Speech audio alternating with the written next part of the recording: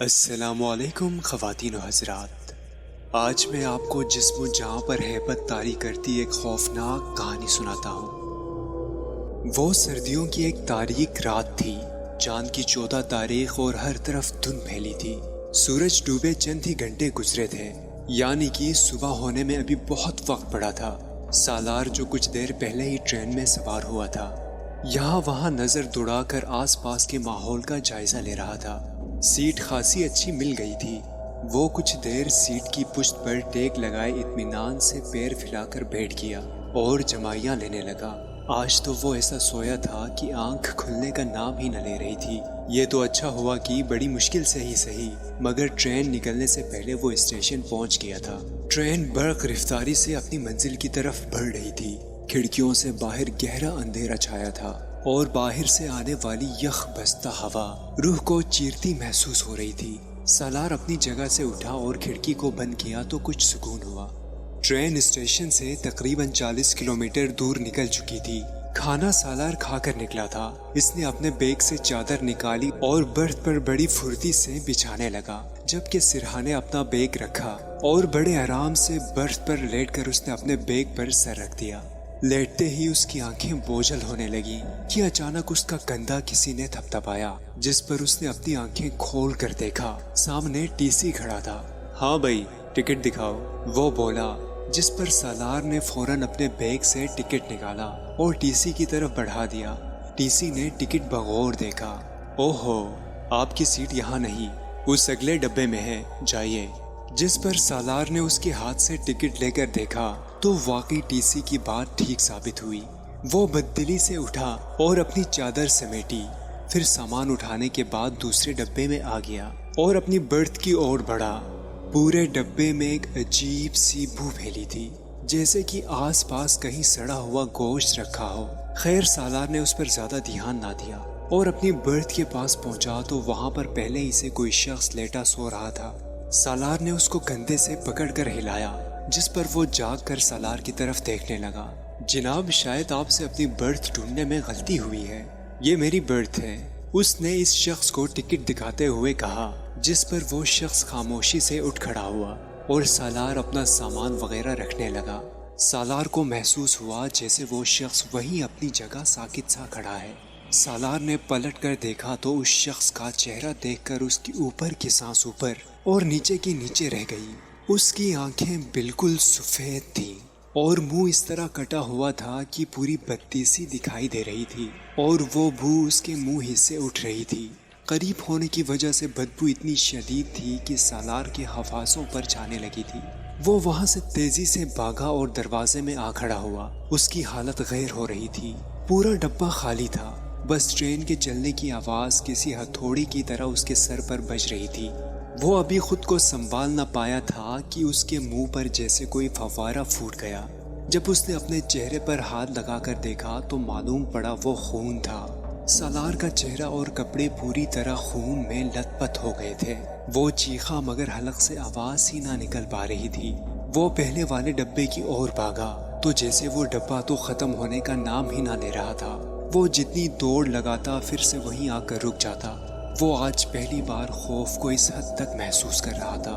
بالآخر وہ دوسرے ڈبے تک پہنچنے میں کامیاب ہو ہی گیا۔ وہاں پہنچتے ہی اسے ہر طرف لوگ سوتے ہوئے نظر آئے۔ اس نے اپنی مدد کی خاطر ایک بندے کو ہلایا مگر وہ نہ اٹھا۔ ایک کے بعد ایک وہ جس مسافر کو بھی جھنجھوڑتا۔ وہ اس طرح سے سویا ملتا جیسے صدیوں سے سویا ہے اور صدیوں تک سوتا رہے گا۔ آخر کار ٹی سی کو پھرتا دیکھ کر اس کی جان میں جان آئی۔ وہ ایک پراسرار مسکراہٹ کے ساتھ سالار کو دیکھ رہا تھا۔ سالار نے ٹوٹے پھوٹے الفاظ میں اپنے ساتھ پیش آنے والا واقعہ جب اس کے گوش گزار کیا تو اس نے کوئی تاثر نہ دیا۔ وہ تو اپنی پلک بھی نہیں جھپک رہا تھا۔ سالار کو کچھ تشویش ہوئی۔ صاحب، میں کیا کہہ رہا ہوں؟ آپ نے سنا نہیں؟ میرے ساتھ عجیب و غریب واقعہ رونما ہو گیا ہے۔ سنا، میں نے سب سنا، ٹی سی نے اس کے بالکل نزدیک ہوتے ہوئے سرگوشی میں کہا، جس پر سالار نے آنکھیں پھاڑے اس کی طرف دیکھا تو اس کا چہرہ بری طرح جھلسا ہوا تھا۔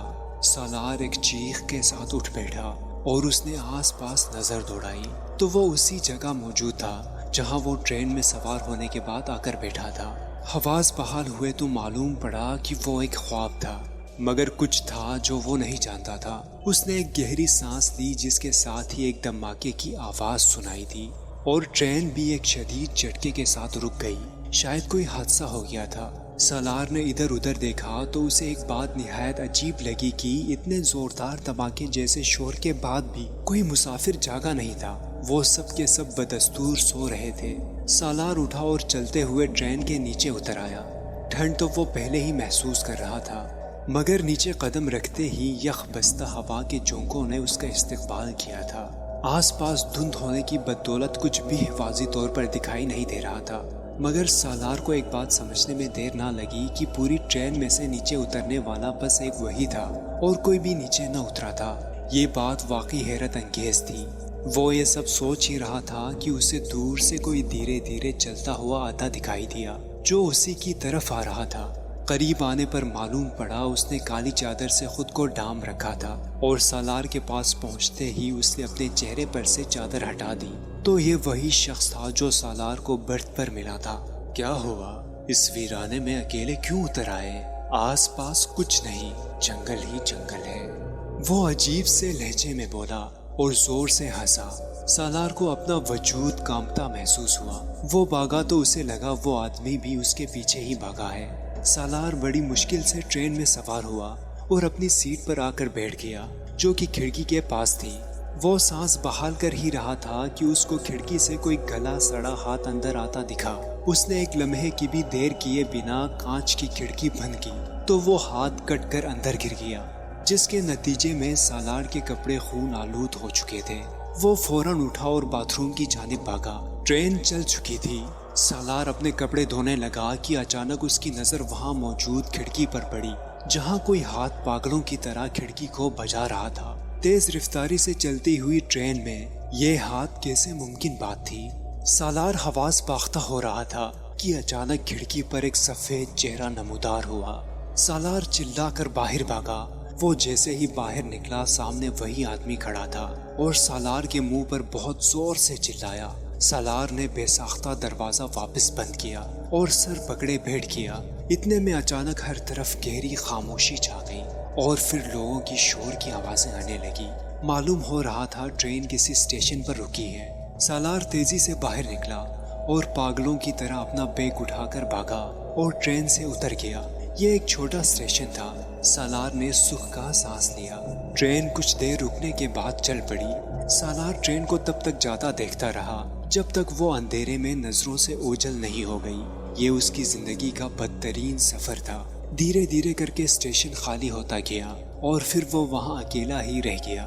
اس نے یہاں سے چلنے کا فیصلہ کیا اور چل پڑا۔ کچھ دیر چلنے کے بعد وہ ایک بستی میں آ پہنچا تھا۔ غور کرنے پر پتہ چلا یہ تو وہی جگہ ہے جہاں اس کا سارا بچپن گزرا تھا اور 10 سال پہلے وہ یہ جگہ چھوڑ چکا تھا۔ ایک رکشہ آتا دکھائی دیا۔ اس نے ہاتھ دیا اور رکنے کو کہا۔ جی بھائی، کہاں جانا ہے آپ کو؟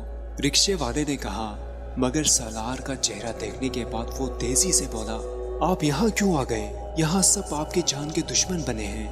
دراصل سالار اور اس کا ایک دوست علی غیر قانونی کام کیا کرتے تھے۔ ایک دن پیسوں کی اونچ نیچ ہو جانے پر دونوں کا آپس میں جھگڑا ہوا اور نوبت ہاتھا پائی تک آ گئی۔ پورا محلہ یہ تماشا دیکھ رہا تھا اور سالار کے ہاتھوں علی کا قتل ہو گیا۔ وہ اس کی لاش وہیں سڑک پر چھوڑے بھاگ گیا تھا۔ اس دن کے بعد وہ آج یہاں لوٹا تھا تو بیتے لمحے اس کی نظروں کے سامنے گھومنے لگے۔ آپ بیٹھ جائیں، میں آپ کو واپس اسٹیشن چھوڑ آتا ہوں، جلدی بیٹھیں۔ رکشے والے کی آواز پر وہ ہوش میں آیا اور فوراً رکشے میں سوار ہو گیا۔ کچھ ہی فاصلہ طے ہوا تھا کہ سامنے پولیس کی گاڑی کھڑی دکھائی دی اور کچھ ہی دیر میں اسے پکڑ کر لے گئے۔ قتل کے جرم میں سالار کو عمر قید ہو گئی تھی، مگر وہ تو پھانسی کو ترسا رہ گیا، کیونکہ ہر رات اس کمرے سے باہر یہی آواز آتی تھی، علی مجھے معاف کر دو، مجھے سکون سے جینے دو، معاف کر دو۔ یہ سسکیاں ہی اس کا مقدر بن کر رہ گئی تھی۔ دوستو، ہم امید کرتے ہیں کہ ہماری آج کی ویڈیو آپ کو پسند آئی ہوگی۔ اس ویڈیو کو زیادہ سے زیادہ شیئر کریں اور آنے والی ویڈیو تک کے لیے اپنے میزبان سجیل شریف کو اجازت دیجیے۔ اللہ نگہبان۔